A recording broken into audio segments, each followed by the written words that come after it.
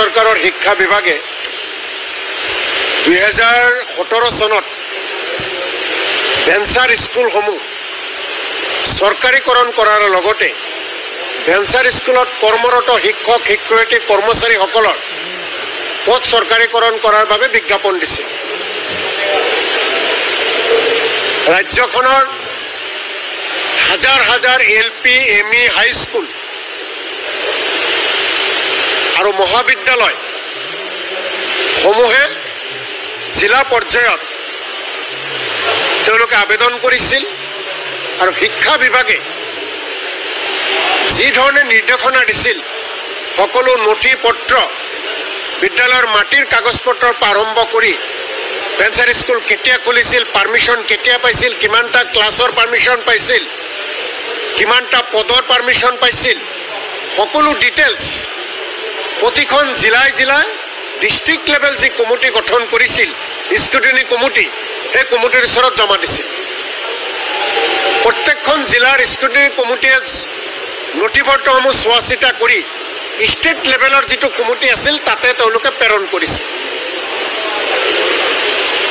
প্ৰথমতে সকলো নথি পত্ৰ, সকলো কাগজ পাতি, সকলো চৰকাৰীভাৱে যিখিনি আনুষ্ঠানিকতা লাগে এখন ভেঞ্চাৰ স্কুল চৰকাৰীকৰণ কৰাৰ কাৰণে, সেই সকলো পৰ্যাপ্ত থকাৰ পিছতো জিলা পৰ্যায়তো বহু জিলা পৰ্যায়ৰ কমিটিয়ে বহু বিদ্যালয়ৰ নথি পত্ৰ তেওঁলোকে নাকচ কৰিছিল, বহু বিদ্যালয়ৰ শিক্ষাগুৰুসকলক তেওঁলোকে নাকচ কৰিছিল আৰু নাকচ কৰি ষ্টেট লেভেললৈ প্ৰেৰণ কৰিছিল।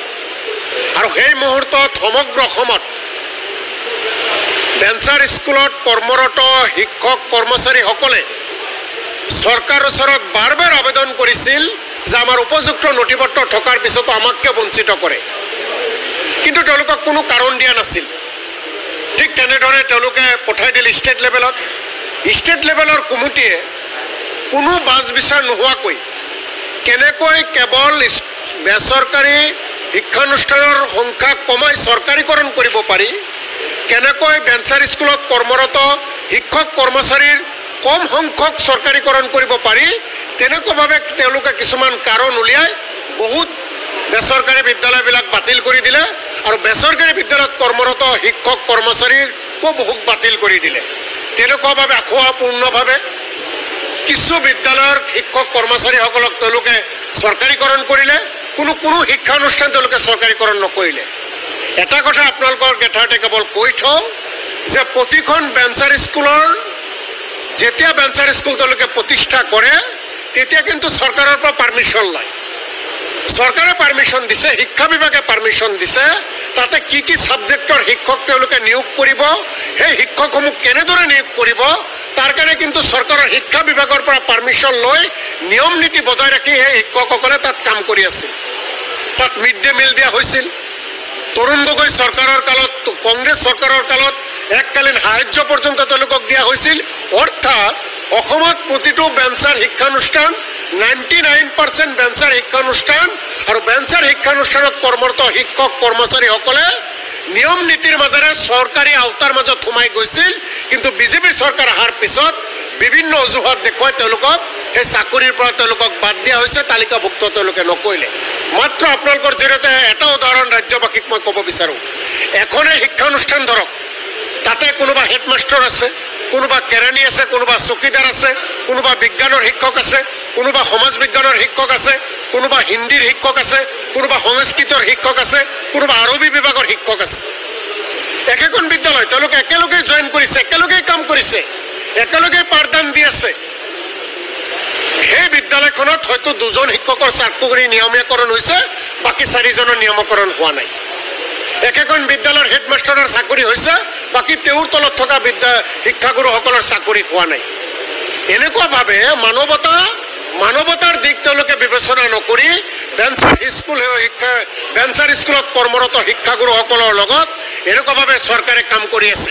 প্ৰতিটো বিধানসভাত মাননীয় বিৰোধী দলৰ বিধায়কসকলৰ লগতে শাসক পক্ষৰ 2জন বিধায়কে এই শিক্ষা যিটো এক্ট 2017 তাক বিবেচনা কৰাৰ কাৰণে আমি দাবী জনাওঁ। আজিও মই প্ৰশ্ন আনিছিলোঁ।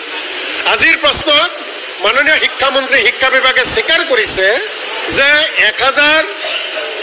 109খন নিম্ন প্ৰাথমিক বিদ্যালয়, 234খন উচ্চ প্ৰাথমিক আৰু 440খন মাধ্যমিক শিক্ষা বিদ্যালয় তেওঁলোকে চৰকাৰীকৰণ কৰা নাই। তাত কৰ্মৰত শিক্ষাগুৰুসকলক তেওঁলোকে চৰকাৰীকৰণ কৰা নাই।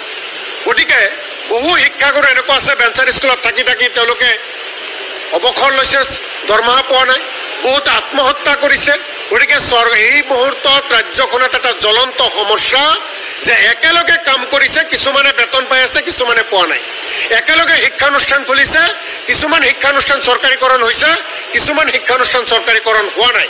মহাবিদ্যালয়ৰ পৰা আৰম্ভ কৰি একেবাৰে প্ৰাথমিক বিদ্যালয়লৈকে এনেকুৱা আখোৱাপূৰ্ণ এখন সিদ্ধান্ত লৈ ৰাজ্য চৰকাৰখনে বহু শিক্ষাগুৰুসকলক, শিক্ষক কৰ্মচাৰীসকলক বিপদত পেলাইছে।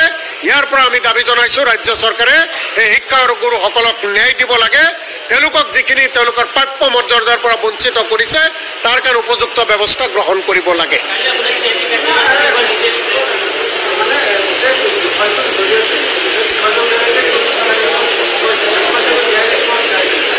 শিক্ষা বিভাগত এটা সমস্যা আছে। মাননীয় শিক্ষামন্ত্ৰী শিক্ষা বিভাগত কৰ্মৰত বিষয়া কৰ্মচাৰীসকলে উচ্চপদস্থ কেতিয়াও তেওঁলোকে ভালকৈ অধ্যয়ন নকৰে, কেৱল গাপ দিব বিচাৰে, কেতিয়াও আলোচনা নকৰে। আপুনি এনেকুৱা অসমত বহু হাজাৰ হাজাৰ জেনুইন পাব যে তেওঁলোকে প্ৰাপ্য, তেওঁলোকৰ চাকৰি হ'ব লাগে কিন্তু দিয়া নাই। কিবা এটা অজুহাত দেখাই তেওঁলোকে তাৰ পৰা বাতিল কৰি থৈছে, কিন্তু তেওঁলোকে অফিচে ঘূৰিছে, বহুত আদালতো গৈছে, মহামান্য আদালতৰ পৰা ৰায় অনাৰ পিছতো বহুতক দিয়া নাই। গতিকে ৰাজ্য চৰকাৰে শিক্ষা ব্যৱস্থাৰ যিখিনি ইয়াতে আজিৰ তাৰিখত শিক্ষা বিভাগৰ দ্বাৰাই দুৰ্নীতি হৈছে, শিক্ষা বিভাগৰ তেওঁলোকে সঠিকভাৱে তেওঁলোকে আগুৱাই নগৈ তেওঁলোকে কেৱল তেওঁলোকৰ সিদ্ধান্তখিনি বাহাল ৰখাৰ কাৰণে যিখিনি কাম কাজ কৰি আছে তাৰ জৰিয়তে সমগ্ৰ ৰাজ্যখনৰ শিক্ষা বিভাগত প্ৰভাৱ পৰিছে। আৰু সমগ্ৰ ৰাজ্যত থকা যি শিক্ষাগুৰুসকলে যি সময়ত চৰকাৰী বিদ্যালয় নাই, যে সময়ত চৰকাৰী বিদ্যালয়ত ছাত্ৰ ছাত্ৰীৰ আসন নাই, সেই সময়ত বেঞ্চাৰ স্কুল খুলি শিক্ষা আগবঢ়াই আছিল। আৰু সেই বেঞ্চাৰ শিক্ষা অনুষ্ঠানৰ পৰা আজিৰ তাৰিখত শিক্ষা আমাৰ ছাত্ৰ ছাত্ৰীসকলে পাছ কৰি ভাল ভাল পদত তেওঁলোকে চাকৰি নিৰ্বাহ কৰি আছে, বিদেশত গৈ চাকৰি কৰি আছে। সেই বেঞ্চাৰ স্কুলৰ শিক্ষানুষ্ঠানৰ লগত আৰু শিক্ষাগুৰুসকলৰ লগত যিখিনি অন্যায় ৰাজ্য চৰকাৰে কৰিছে তাৰ প্ৰতিবাদ আমি কৰিছোঁ আৰু এই অন্যায়ৰ ন্যায় আমি দাবী বিচাৰিছোঁ। ৰাজ্য চৰকাৰে এটাৰ পিছত এটা আইন আনি আছে। 2017 যিটো এডুকেশ্যন এক্ট তেওঁলোকে এমেণ্ডমেণ্ট কৰিছিল, তাক আৰু অলপ এমেণ্ডমেণ্ট কৰি সেই শিক্ষাগুৰুসকলক চাকৰি দিয়াত আপত্তিকৰ। এই ৰাজ্য চৰকাৰে লাখ লাখ চাকৰি দিয়াৰ কথা কৈছে, তেওঁলোকে নিজৰ জীৱনটোই পাৰ কৰিছে বেঞ্চাৰ স্কুলত খাটি খাটি। গতিকে সেইখিনি শিক্ষাগুৰুসকলক মৰ্যাদা দিয়াত আপত্তিকৰ। একেখন বিদ্যালয় আৰবী শিক্ষা, আৰবী যিসকল বিষয় শিক্ষক তেওঁলোকৰ চাকৰি হোৱা নাই, হিন্দী শিক্ষকৰ চাকৰি হোৱা নাই, সংস্কৃত শিক্ষকৰ চাকৰি হোৱা নাই, তেওঁলোকে একেলগেই কাম কৰি আছে।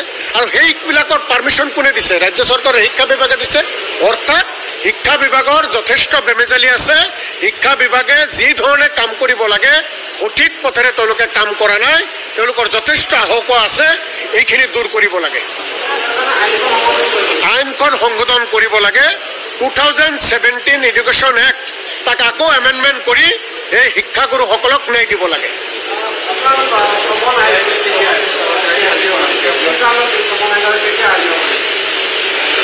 চাওক, আচৰিত কথা, যি সময়ত ৰাজ্যখনত প্ৰতিদিনে হত্যা, লুণ্ঠন, বিভিন্ন অপৰাধজনিত ঘটনা ঘটি আছে, ড্ৰাগছৰ অবাধ ব্যৱসায়, প্ৰত্যেক দিন অসমৰ ইমূৰৰ পৰা সিমূৰলৈ কিবা না কিবা এটা অপৰাধজনিত ঘটনা থাকেই।